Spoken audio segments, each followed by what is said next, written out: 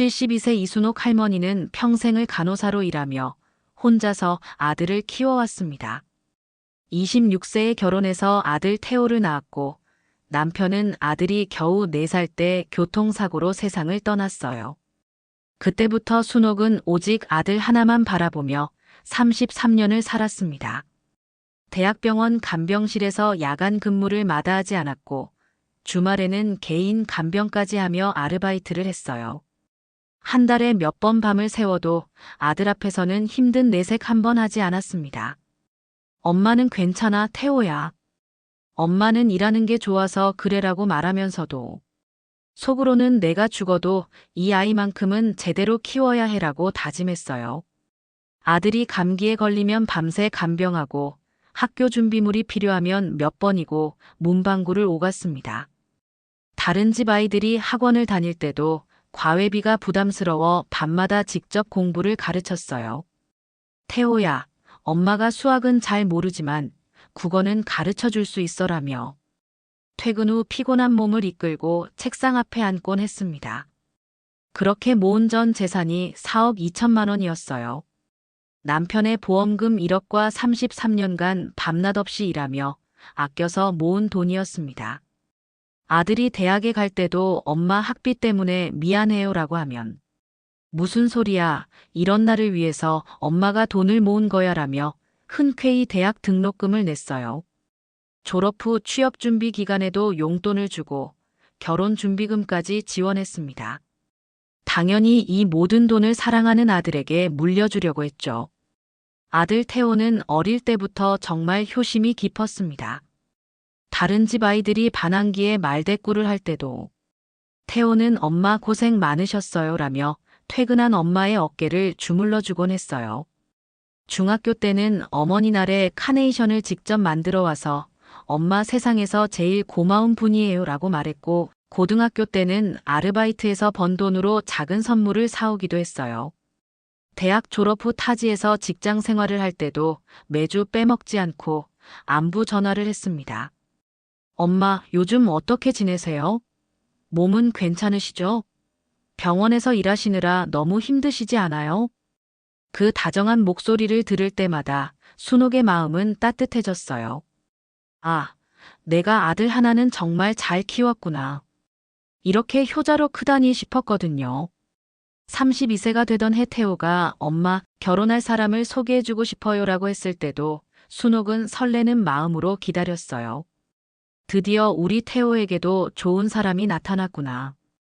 이제 내 역할은 끝나고 아들이 행복한 가정을 꾸리는 걸 보게 되겠네. 며느리가 될 선미와의 첫 만남은 정말 좋았습니다. 조용하고 차분한 인상의 선미는 어머님, 안녕하세요. 태호한테 말씀 많이 들었어요 라며 깍듯하게 인사했어요. 목소리도 작고 예의 바른 편이었고 어머님께서 혼자서 태호를 이렇게 훌륭하게 키우셨다니 정말 존경스러워요라는 말까지 했어요. 순옥은 이 아이가 우리 태호를 잘 돌봐줄 것 같다는 생각이 들었습니다. 우리 태호가 어려서부터 엄마 하나만 보고 자라서 좀 서툰 면이 있을 텐데 잘 부탁해요. 아니에요, 어머님. 제가 더 잘 부탁드려요. 결혼 준비 과정에서도 큰 마찰 없이 지났어요.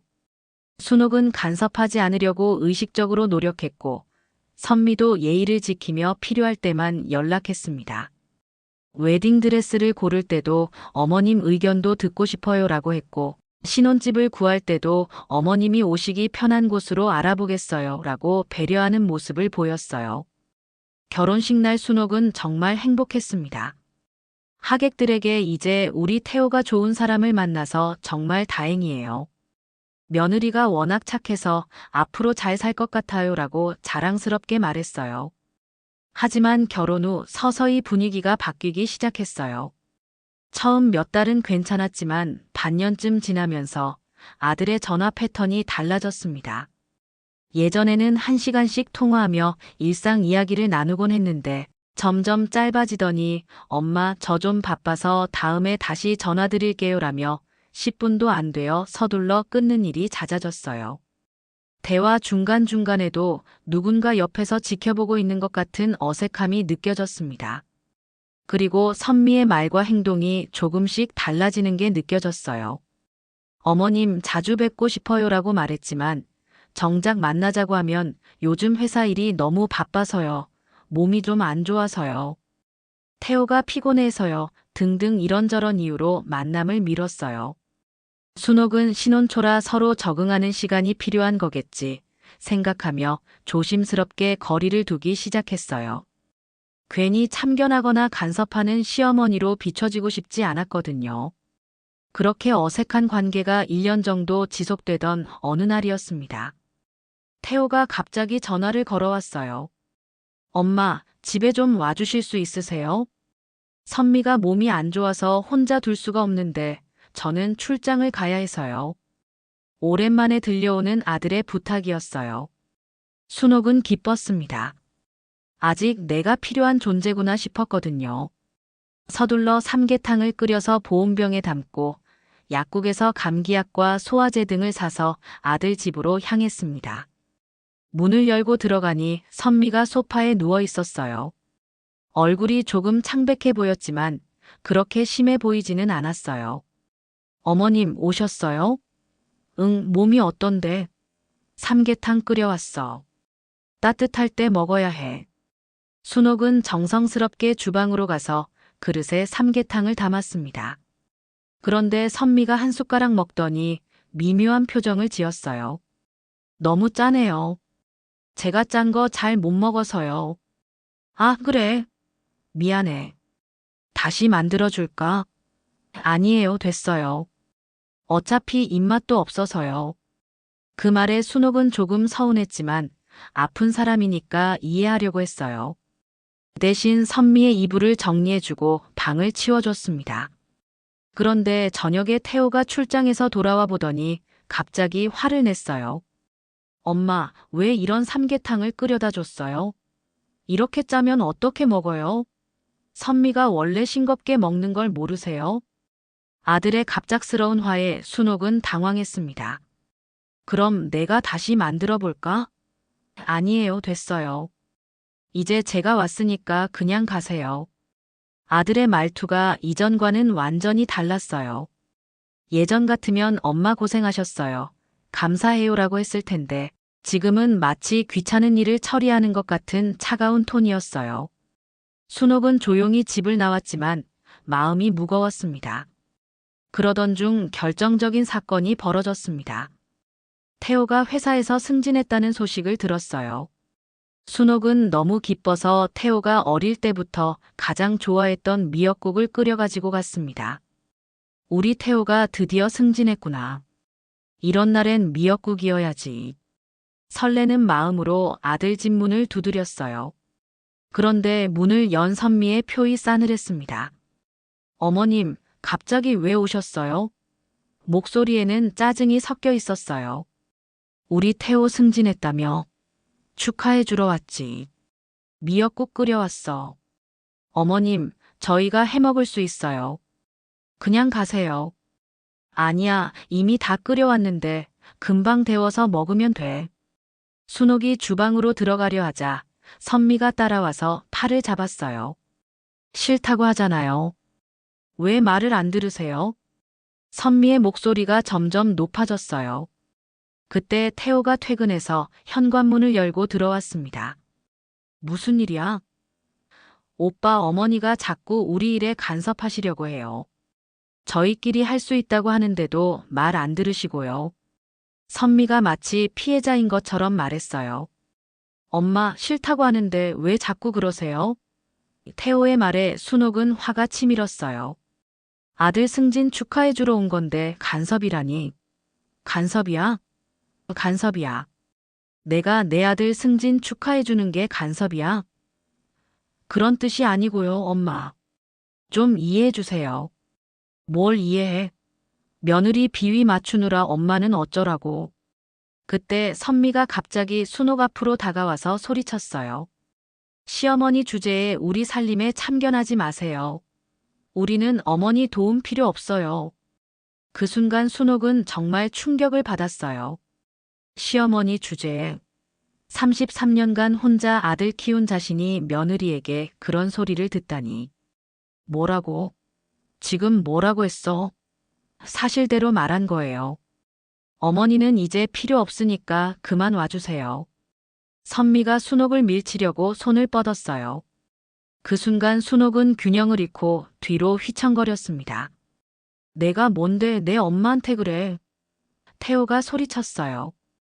그래도 아들이 자신의 편을 들어주는구나 싶었어요. 아무리 그래도 엄마한테 함부로 하면 안 되지. 하지만 선미가 태호를 보며 눈물을 글썽이더니 말했어요. 오빠, 나는 그냥 어머니가 말도 없이 자주 오셔서 힘들어. 그리고 우리를 너무 간섭해서 가슴이 답답해서 병이 날 것 같아. 태호의 표정이 급변했습니다. 갑자기 순옥을 향해 돌아서더니 화를 내기 시작했어요. 엄마, 선미가 이렇게 힘들어하는데 왜 계속 오는 거예요? 저희도 신혼부부인데. 아들아, 그게 아니라. 순옥이 말하려는 순간 태호가 갑자기 다가오더니 순옥의 뺨을 때렸어요. 어안이 벙벙했습니다. 순옥은 뺨을 손으로 만지며 아들을 바라봤어요. 자신이 키운 아들이, 평생 사랑한 아들이 자신을 때린 거예요. 아들아, 너 지금 뭘 한 거야? 엄마, 저도 이제 가정이 있어요. 와이프 기분 상하게 하지 말아주세요. 그 말을 들은 순간 순옥은 모든 걸 이해했어요. 아들에게 자신은 이제 가족이 아니었어요. 선미가 가족이고 자신은 그저 귀찮은 존재였던 거예요. 뺨을 맞은 순옥은 믿을 수 없다는 표정으로 아들을 바라봤습니다. 33년간 키운 아들이 자신의 몸에서 태어나 젖을 먹이며 키운 그 아이가 자신을 때리다니. 태호야, 너 지금 뭘 한 거야? 순옥의 목소리는 떨렸어요. 엄마, 저도 이제 가정이 있어요. 와이프 기분 상하게 하지 말아주세요. 태호의 대답은 차갑고 단호했어요. 예전에 따뜻하고 다정했던 아들은 온데간데 없었습니다. 선미는 태호 뒤에 숨어서 순옥을 바라보고 있었고 태호는 죄송하다는 표정조차 짓지 않았어요. 순옥은 더 이상 아무 말도 하지 않았어요. 가방을 들고 조용히 집을 나왔습니다. 집으로 돌아가는 길에 순옥은 멍한 상태였어요. 버스 안에서도 집 앞 골목을 걸을 때도 태호의 말이 계속 맴돌았습니다. 저도 이제 가정이 있어요. 그럼 지금까지 자신과 함께 살았던 33년은 뭐였을까요? 가정이 아니었을까요? 순옥이 밤낮 없이 일하며 태호를 키운 것은 가정이 아니었단 말인가요? 집에 도착해서 거울을 봤어요. 제 뺨에는 아들의 손자국이 빨갛게 남아 있었습니다. 72세 노인의 얼굴에 새겨진 그 자국을 보니 정말 가슴이 찢어질 듯이 아팠어요. 평생을 키운 아들에게 이런 대접을 받다니. 순옥은 그 자리에 주저앉아 한참을 울었어요. 33년간 참아왔던 모든 서름과 분노가 한꺼번에 터져나왔습니다. 내가 뭘 잘못했지? 내가 아들을 너무 사랑한 게 잘못이었나? 내가 선미한테 뭘 그렇게 잘못했다고. 혼자 중얼거리며 울다가 문득 정신이 들었어요. 아니다. 내가 잘못한 게 없다. 아들을 사랑하고 축하해주러 간 게 뭐가 잘못이야. 시어머니가 며느리 아픈데 음식 해다 주고 아들 승진했다고 미역국 끓여주는 게 간섭이야. 그날 밤 순옥은 스스로에게 다짐했어요. 33년간 내가 키운 아들은 오늘 죽었다. 앞으로는 나 자신만을 위해서 살겠다. 더 이상 누구를 위해 희생하지 않겠다고, 더 이상 누구의 눈치를 보지 않겠다고 마음먹었어요. 72년 인생에서 처음으로 오롯이 자신만을 생각하기로 한 순간이었습니다. 일주일 정도 지났을까요? 순옥은 집안 정리를 하고 있었어요. 아들과의 관계를 정리한 만큼 집안도 새롭게 정리하고 싶었거든요. 태호가 어릴 때 상장들, 사진들, 그동안 모아뒀던 추억의 물건들을 하나씩 꺼내보며 정리했어요. 어떤 것은 버리고 어떤 것은 상자에 담아 창고로 옮겼습니다. 이제 더 이상 이런 추억들에 매달려 살지 않겠다는 의미였어요. 그러다가 침실 옷장 깊숙한 곳에서 남편의 유품이 담긴 상자를 발견했습니다. 오랫동안 손도 대지 않았던 상자였어요. 먼지를 털고 조심스럽게 열어보니 남편이 생전에 쓰던 일기장이 나왔습니다. 노란 표지의 낡은 일기장이었는데 남편의 필체로 빼곡히 적혀 있었어요. 마지막 페이지를 펼쳐보니 남편이 세상을 떠나기 며칠 전에 쓴 글이 있었어요. 순호가, 우리 태호 잘 키워줘서 고마워. 내가 먼저 가서 미안하다. 태호가 어려서 많이 힘들겠지만 당신이면 잘 해낼 거라고 믿어. 태호가 크면 효자가 될 거야. 당신을 많이 사랑하고 고마워할 거라고 확신해. 우리 가족을 위해 평생 고생할 당신이 안쓰럽지만 그래도 행복하게 살아줘. 사랑한다, 순호가. 그 글을 읽으니 눈물이 났어요. 남편은 태호가 효자가 될 거라고 믿었는데 정작 그 태호는 어머니를 때렸어요. 남편은 순옥이 행복하게 살기를 바랐는데 정작 순옥은 33년간 자신을 위한 시간은 단 한 번도 가져보지 못했어요. 남편이 이 상황을 본다면 얼마나 가슴 아파할까 싶었어요. 일기장을 덮고 나서 순옥은 문득 지금까지 모아온 돈에 대해 생각해 봤습니다. 서랍에서 통장들을 꺼내 확인해 보니 4억 2천만 원이 조금 넘는 금액이 있었어요. 남편의 생명보험금 1억 원, 그리고 33년간 간호사로 일하며 아껴서 모은 3억 2천만 원. 한 푼 한 푼이 다 피와 땀으로 모은 돈이었어요. 야간 근무를 하느라 잠 못 자고 주말에도 개인 간병을 하느라 쉬지 못하고 그렇게 벌어서 태호 학비도 대고 용돈도 주고 결혼 준비금도 지원했어요. 그동안 순옥은 당연히 이 돈을 아들에게 물려줄 생각이었어요. 태호가 결혼해서 집도 사고 아이도 키우며 살아가는데 도움이 되길 바랐거든요. 우리 태호가 돈 때문에 고생하지 않았으면 좋겠다. 내가 고생한 만큼 태호는 편하게 살았으면 좋겠다는 마음이었어요. 하지만 이제는 달랐습니다. 나를 때린 아들에게, 시어머니 주제라고 말한 며느리에게 왜 이 돈을 줘야 하나요? 선미가 어머니는 이제 필요 없다고 했는데 그럼 제 돈도 필요 없겠죠? 순옥은 냉정하게 생각해 봤어요. 만약 자신에게 돈이 없었다면 태호와 선미가 이렇게까지 할 수 있었을까?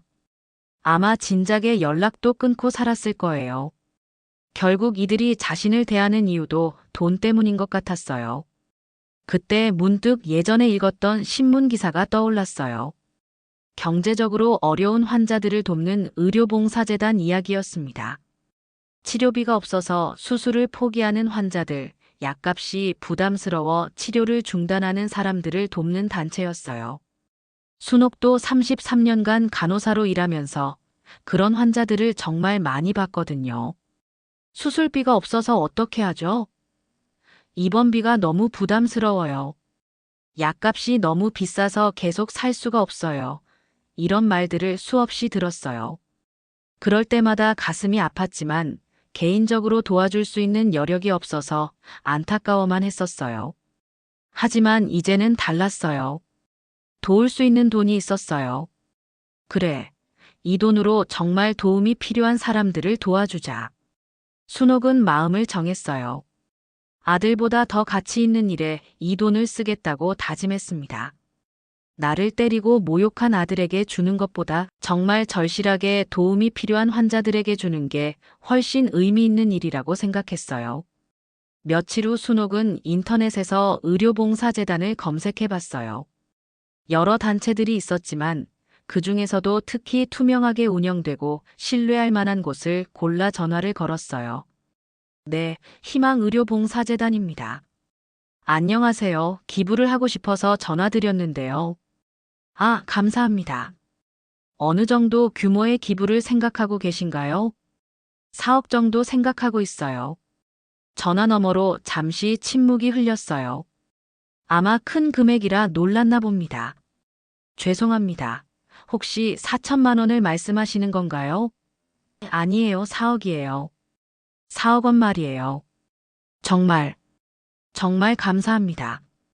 그런 큰 금액을 저희가 직접 방문해서 상담드려도 될까요? 네, 좋아요. 전화를 끊고 나니 마음이 한결 가벼워졌어요. 드디어 33년간 모은 돈을 의미 있는 곳에 쓸 수 있게 된 거잖아요. 아들에게 버림받은 서러움도 조금씩 가라앉았어요. 이제는 누군가에게 도움이 되는 사람이 될 수 있을 것 같았거든요. 기부 소식이 마을에 퍼지자 아들에게서 전화가 왔어요. 뺨을 맞은 일 이후 처음 받는 전화였습니다. 엄마, 기부한다는 소문 들었는데 정말이에요? 응, 정말이야. 엄마, 그 돈은 저한테 물려주려던 거 아니었어요? 내 돈 내가 어디다 쓰든 상관없잖아.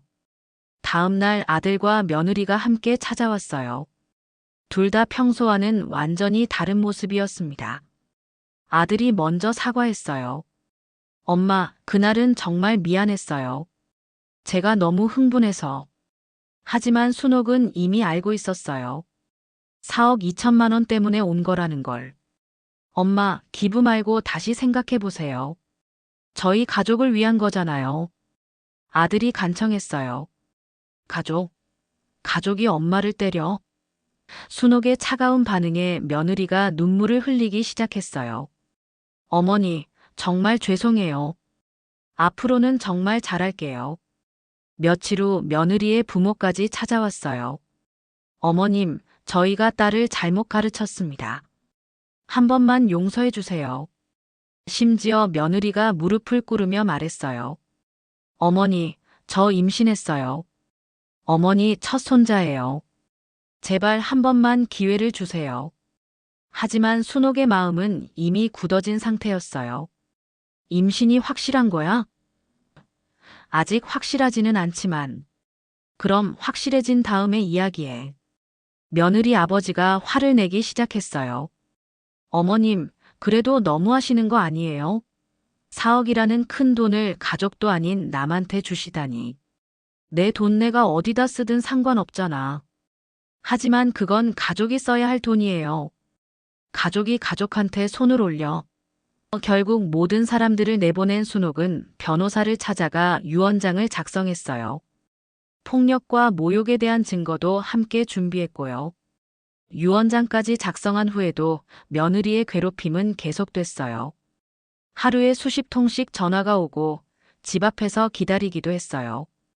일주일째 집 앞에서 기다리던 며느리를 마지막으로 만나기로 했어요. 어머니, 정말 반성했어요. 그리고 정말 임신했어요. 며느리가 병원 진단서를 보여줬어요. 그래서 어머니, 이 아이는 어머니 첫 손자예요. 내가 언제 손자 필요하다고 했어? 너희는 나 필요 없다며? 며느리가 다시 울기 시작했어요. 어머니, 정말 마지막이에요. 제발 한 번만. 됐어. 이제 그만 가. 그때였어요. 며느리가 갑자기 포기한 듯 중얼거렸어요. 아, 안 넘어오네. 이 정도 했으면 넘어올 줄 알았는데. 뭐라고? 순옥이 되물었어요. 4억 받고 끝내려고 했는데 호락호락하지 않네. 이 정도 눈물 연기, 임신, 집 앞에서 일주일째 기다렸으면 좀 쉽게 넘어가야 하는 거 아니에요? 순옥은 소름이 돋았어요. 역시 지금까지 모든 게 연기였던 거예요.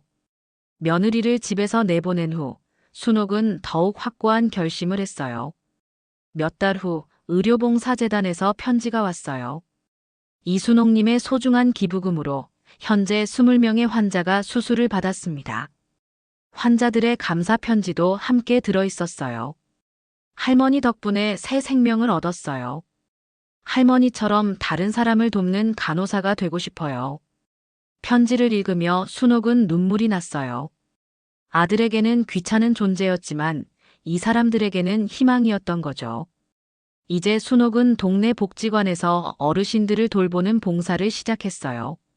순옥 선생님이 오시는 날만 기다려요라는 말을 들으니 가슴이 뿌듯했어요. 그날 밤 순옥은 남편 사진 앞에 앉았어요. 여보, 이제 정말 모든 게 끝났어. 33년간 아들만 바라보며 살았지만 이제는 나를 위해 살 거야. 누군가의 엄마가 아닌 이순옥으로 말이야. 72세에 시작한 새로운 인생이 더욱 자유롭고 행복했습니다. 사연이 재밌으셨다면 구독과 좋아요 부탁드립니다.